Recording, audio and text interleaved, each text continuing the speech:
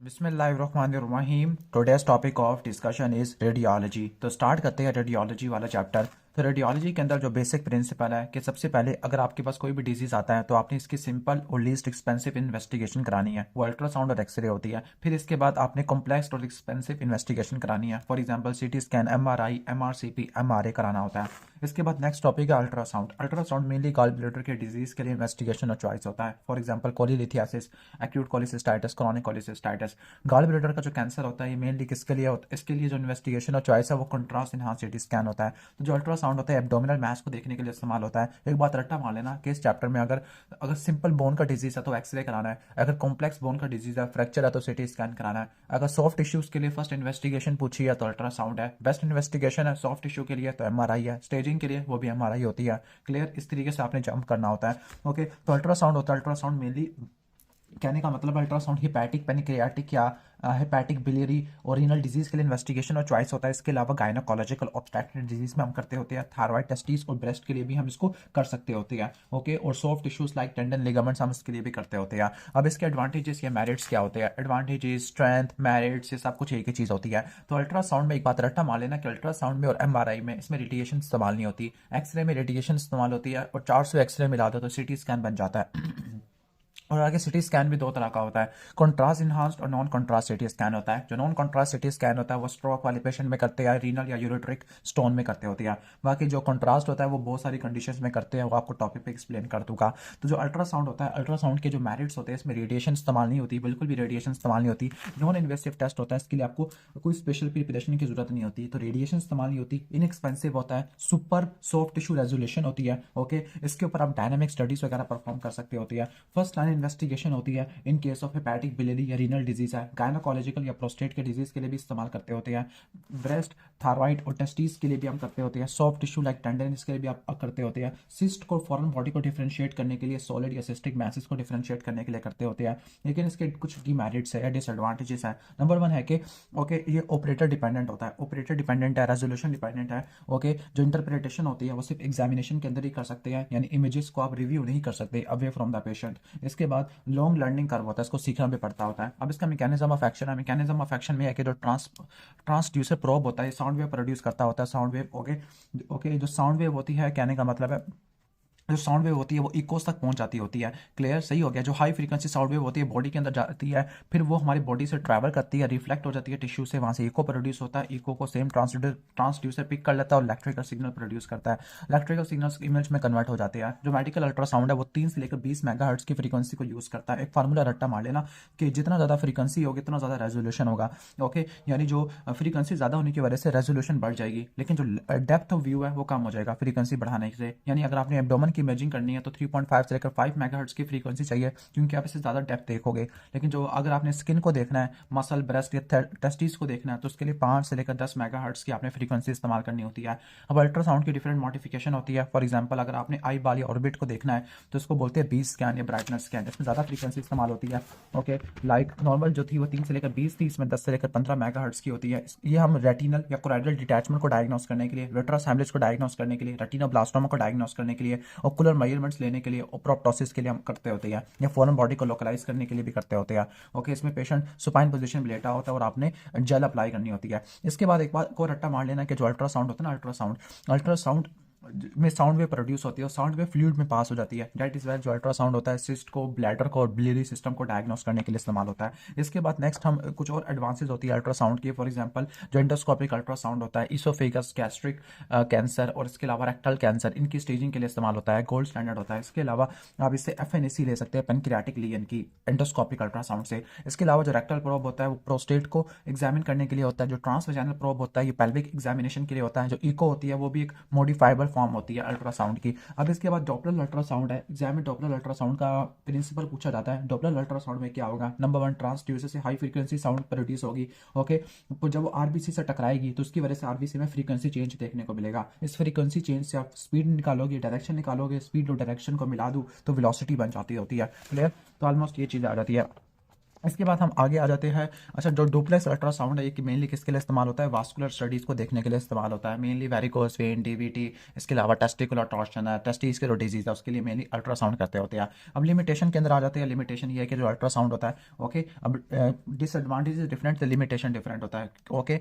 तो जो अल्ट्रासाउंड होता है नंबर वन, ओके, तो अल्ट्रासाउंड बॉवल को देखने के लिए इस्तेमाल नहीं हो सकता क्योंकि जीआईटी के अंदर क्या हवा भरी हुई होती है। इसके अलावा जो इंटेस्टाइनल गैस होती है उसकी वजह से आप पेनक्रियास और एओर्टा को भी नहीं देख सकते। नंबर टू, जो पीपल ओबीज होते हैं उनमें आप रेडियोलॉजी या अल्ट्रासाउंड करना बड़ा मुश्किल है क्योंकि साउंड वेव फैटी टिश्यू से क्रॉस नहीं कर पाती। इसके अलावा बोन्स से को भी नहीं दे सकते, तो आप इंटेस्टाइन को नहीं दे सकते, पेनक्रियास एओर्टा को नहीं दे सकते, ओबीज लोगों में नहीं कर सकते होते, ओके। बोन्स के लिए आप नहीं कर सकते होते, बोन्स के लिए मेनली एक्सरे या सीटी स्कैन वगैरह करते होते हैं, क्लियर। तो ऑलमोस्ट ये अल्ट्रासाउंड के हम सारे पॉइंट्स हमने ऑलमोस्ट कवर कर लिया, ओके, सही हो गया। इसके बाद हम आ जाते हैं कन्वेंशनल रेडियोग्राफी, एक्सरेज के अंदर आ जाते होते हैं, ओके, सही हो गया। अब एक्सरेज के लिए जो सबसे पहले जो एक्सरेज डिस्कवर की थी वो रॉयंटगन ने की थी, तो उसको बोलते हैं रॉयंटगन रेडिएशन कहते होते हैं। मैकेनिज्म ऑफ एक्शन क्या होता है? मैकेनिज्म ऑफ एक्शन ये है कि जो एक्सरेज होती है वो एक डायरेक्शन से आती है और जो रेडियोग्राफिक फिल्म होती है वो दूसरी डायरेक्शन में पड़ी होती है, और जब एक्सरे हमारी बॉडी से पास करती है तो हमारी बॉडी में एब्सॉर्ब हो जाती है डिपेंडिंग अपॉन टिश्यू डेंसिटी होता है। और एक्सरे के अंदर आपको 4 बेसिक डेंसिटीज देखने को मिलती है, एयर, फैट, दूसरे सॉफ्ट टिश्यूज। फॉर एग्जाम्पल आपके दूसरे सॉफ्ट टिश्यूज में क्या होती है,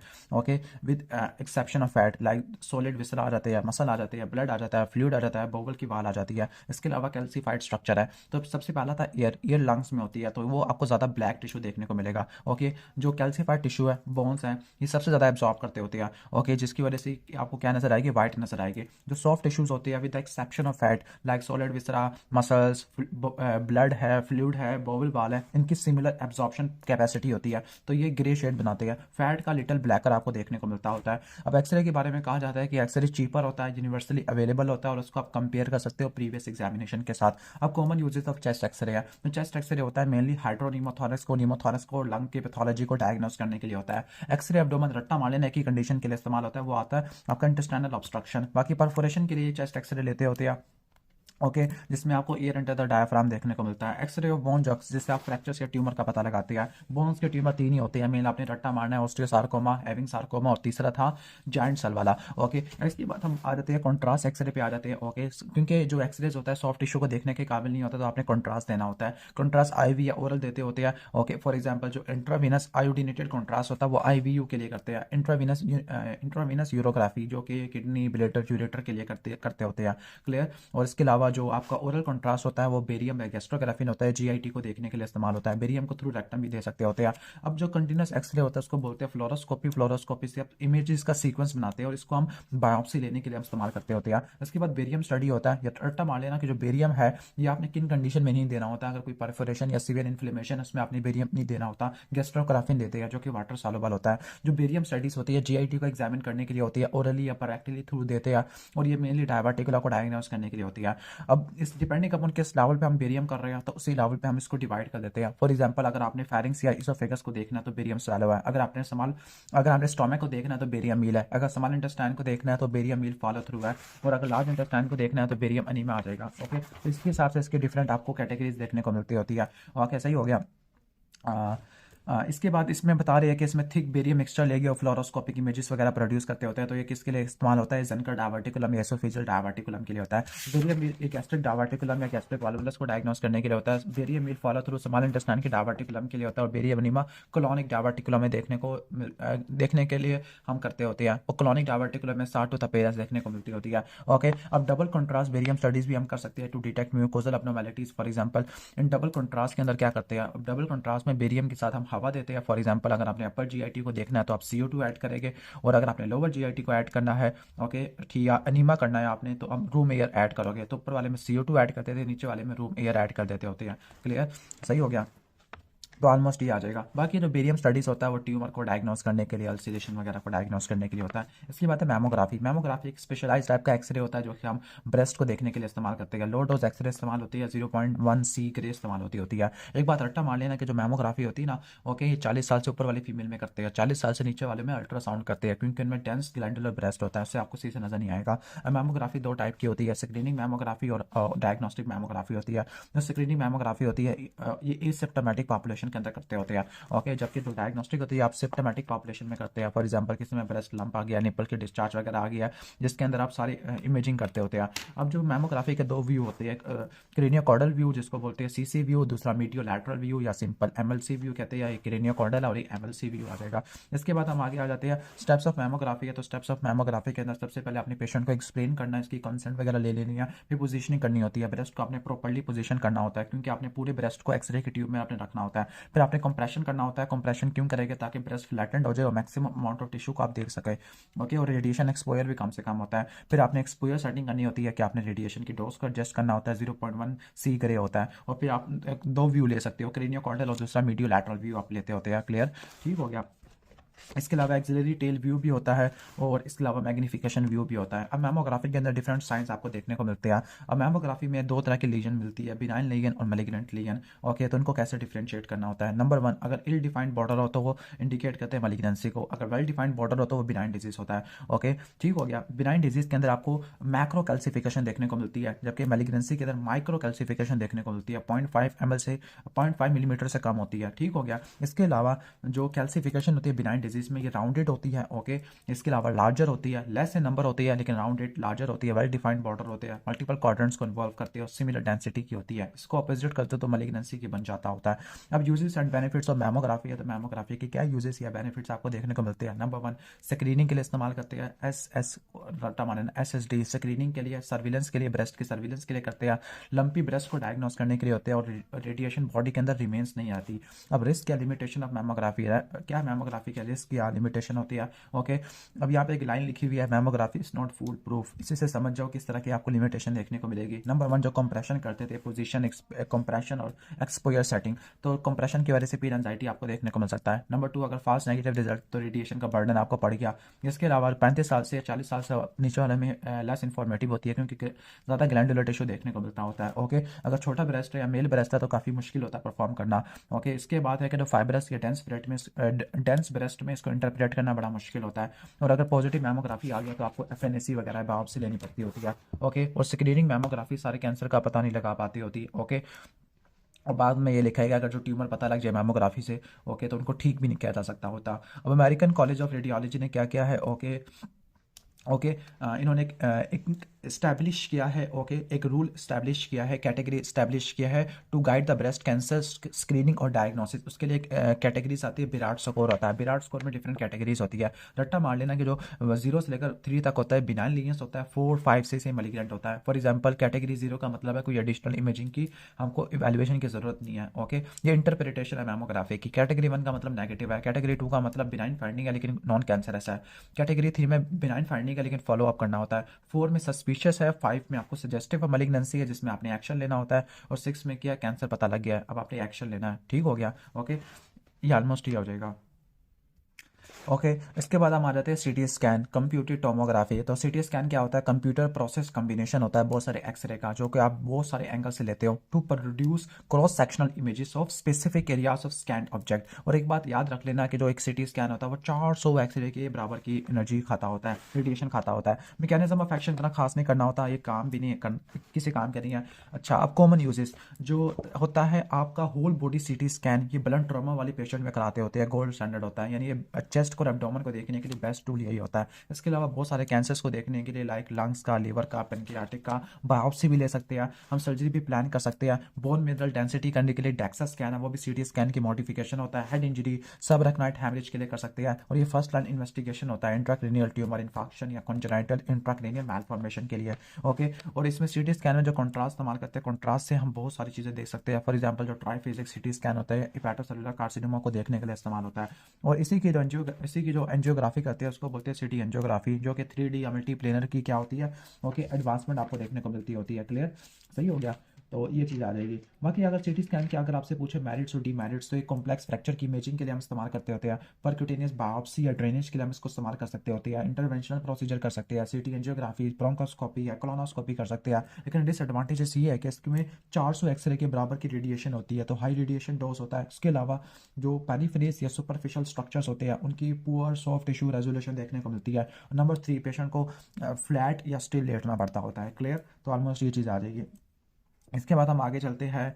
ओके, तो ये सब चीज़ें आ जाएगा। एंजियोग्राफी वेसल्स को देखने के लिए इस्तेमाल करते होते हैं। 3D रिकॉन्स्ट्रक्शन करता होता है। इसके बाद एमआरआई है। ओके, एमआरआई का एग्जाम में क्या पूछा जाता है? एमआरआई का एग्जाम में पूछा जाता है like principles of MRI. MRI का क्या प्रिंसिपल्स आपको देखने को मिलता है? एमआरआई में क्या होता है कि ऐसे न्यूक्लियस जिनमें ओड नंबर ऑफ प्रोटॉन्स होते हैं, उनकी कैरेक्टरिस्टिक मोशन होती है और वो मैग्नेटिक मोमेंट प्रोड्यूस करते हैं। जब हम स्ट्रॉन्ग मैग्नेटिक फील्ड प्रोड्यूस करेंगे तो वो अपने आप को अलाइन कर लेंगे। ओके, और अलाइन करने की वजह से एक मैग्नेटिक मोमेंटम प्रोड्यूस होगा। फिर हम रेडियो फ्रीक्वेंसी पल्स प्रोड्यूस करेंगे जो कि इनकी पोजीशन को खराब कर देगी, और दोबारा रेडियो फ्रीक्वेंसी पल्स को रिमूव करेंगे तो वापस अपने आप को रीअलाइन कर लेंगे और एक रेडियो फ्रीक्वेंसी सिग्नल प्रोड्यूस करेंगे जिसको कंप्यूटर डिटेक्ट कर लेगा और उसको इमेज में कन्वर्ट कर देगा। ओके, अब एमआरआई की डिफरेंट होती है। ओके, T1 वेटेड होता है, T2 वेटेड होता है। दो तरह के सीक्वेंस होती है। T1 और T2 को कैसे डिफरेंशिएट करना होता है? T1 में रट्टा मार लेना, T1 में आपको सिर्फ मिलता होता है फैट अच्छा देखने को मिलता है। T2 में वाटर देखने को मिलता है, यानी T2 में जो वाटर होता है वो वाइट देखने को मिलता है। T1 में लो इको टाइम होता है और रेपिटेशन टाइम होता है। T2 में ज़्यादा इको टाइम और रेपिटेशन टाइम होता है। T1 में जो पानी होता है वो डार्क होता है, T2 में पानी आपको ब्राइट नजर आता है। ओके, जो फैट होता है T1 में ब्राइट नजर आता है, T2 में आपको फैट इतना खास नजर नहीं आता होता। T1 एनाटॉमी को देखने के लिए और T2 पैथोलॉजी को देखने के लिए होता है।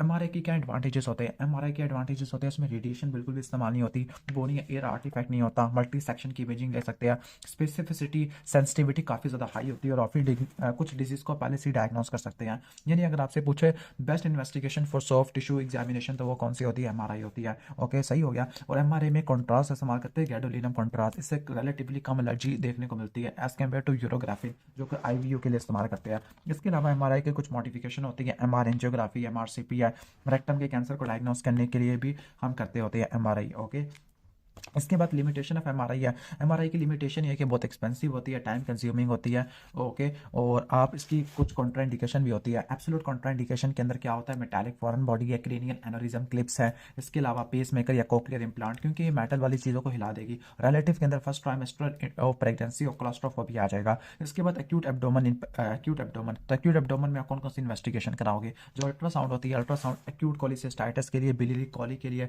इसके अलावा जहाँ पे स्टोन्स है या फ्लूइड है वहाँ पर देखने के लिए इस्तेमाल करते हैं। ओके, तो renal colic, biliary colic, acute cholecystitis है। गायनोकोलॉजिकल कॉजेज में ovarian cyst, torsion cyst, ectopic pregnancy है, एसाइटिस का देखने के लिए। एक्सरे चेस्ट रट्टा मार लेना, जो एक्सरे चेस्ट डायरेक्ट पोस्टर में होता है तो इंटेस्टाइनल परफोरेशन के लिए या विसरल परफोरेशन के लिए करते हैं। एक्सरे एब्डोमेन सुपाइन पोजीशन या इंटेस्टाइनल ऑब्स्ट्रक्शन के लिए करते हैं। सीटी स्कैन ये बहुत सारी कंडीशन में करते हैं। सीवियर पेनक्रेटाइटिस है, डायवर्टिकुलाइटिस है, ऑब्स्ट्रक्शन और बोवल इन्फेक्शन के लिए। जो फोकस सीटी स्कैन होता है अपेंडिसाइटिस और यूरेट्रिक कॉली के लिए होता है। Okay, if there is contrast allergy. और लास्ट में आईवीयू होता है। आईवीयू आपको पता है कि रीनल, ब्लैडर और यूरेटर की कंडीशन में करते होते हैं। हेड इंजरी में सबसे पहले जो इन्वेस्टिगेशन और चॉइस होती है वो नॉन कॉन्ट्रास्ट सीटी स्कैन होता है। ओके, तो इसकी कुछ इंडिकेशन होती है कुछ। ओके, तो कुछ इंडिकेशन आपकी क्या होती है? कुछ आपने लाइक 1 घंटे में करना होता है, कुछ आपने 6 से 7 घंटे में करना होता है। ओके, तो उसमें रट्टा मार लेना, अगर GCS 13 से कम है किसी भी पॉइंट पर या 15 से कम है 2 घंटे में, या फोकल न्यूरोलॉजिकल डेफिसिट है।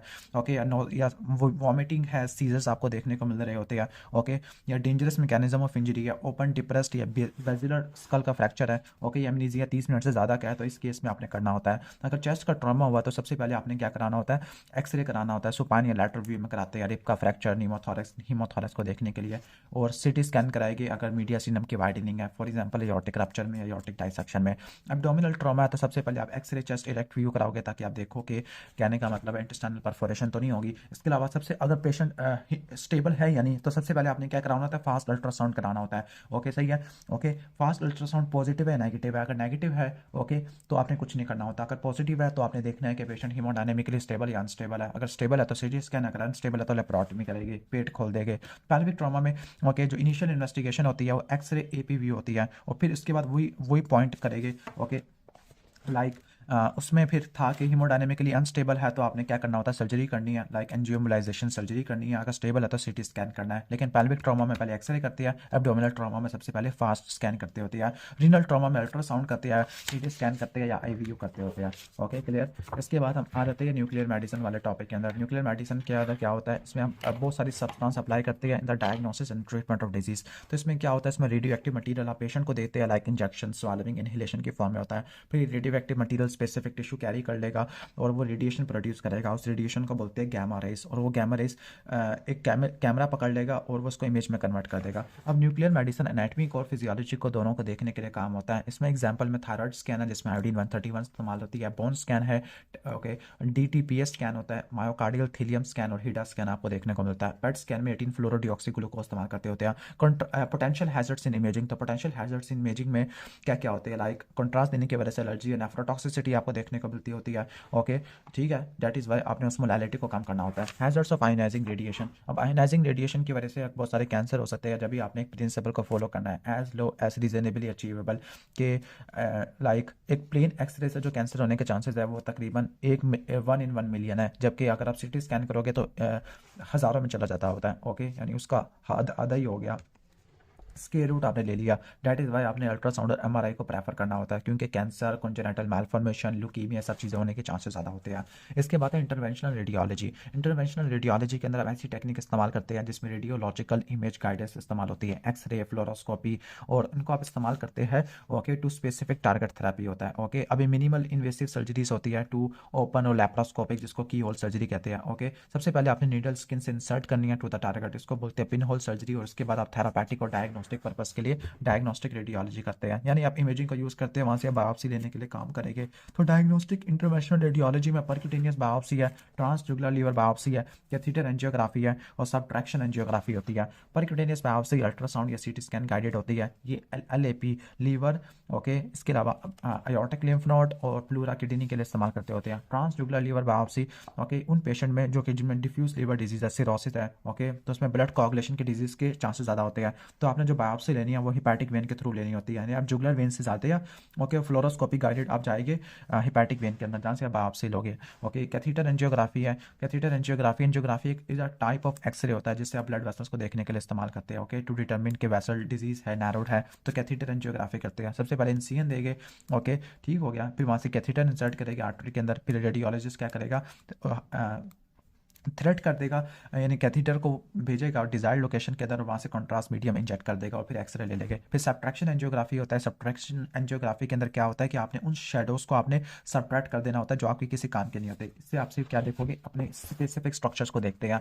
थेरापैटिक इंटरवेंशनल रेडियोलॉजी के अंदर आप क्या करते हैं, परक्यूटेनियस ड्रेनेज करते हैं, एब्सेस की, फ्लूइड की कलेक्शन की, फॉर एग्जाम्पल लीवर एब्सेस है, सबफ्रेनिक एब्सेस है। परक्यूटेनियस एंजियोप्लास्टी भी कर सकते हैं। एंजियोप्लास्टी के अंदर क्या करते हैं, हम एक गाइड वायर पास करते हैं through the vessel under the radiological guidance, जो कि स्टेनोसिस वाले एरिया में जाती है, फिर वहाँ से बैलून को इन्फ्लेट करते होते हैं। ओके, सही हो गया, जैसे आर्टरी को ओपन करते हैं, for example coronary artery, mesenteric artery, renal artery, ये सब चीज़ों को आप खोल देते हैं।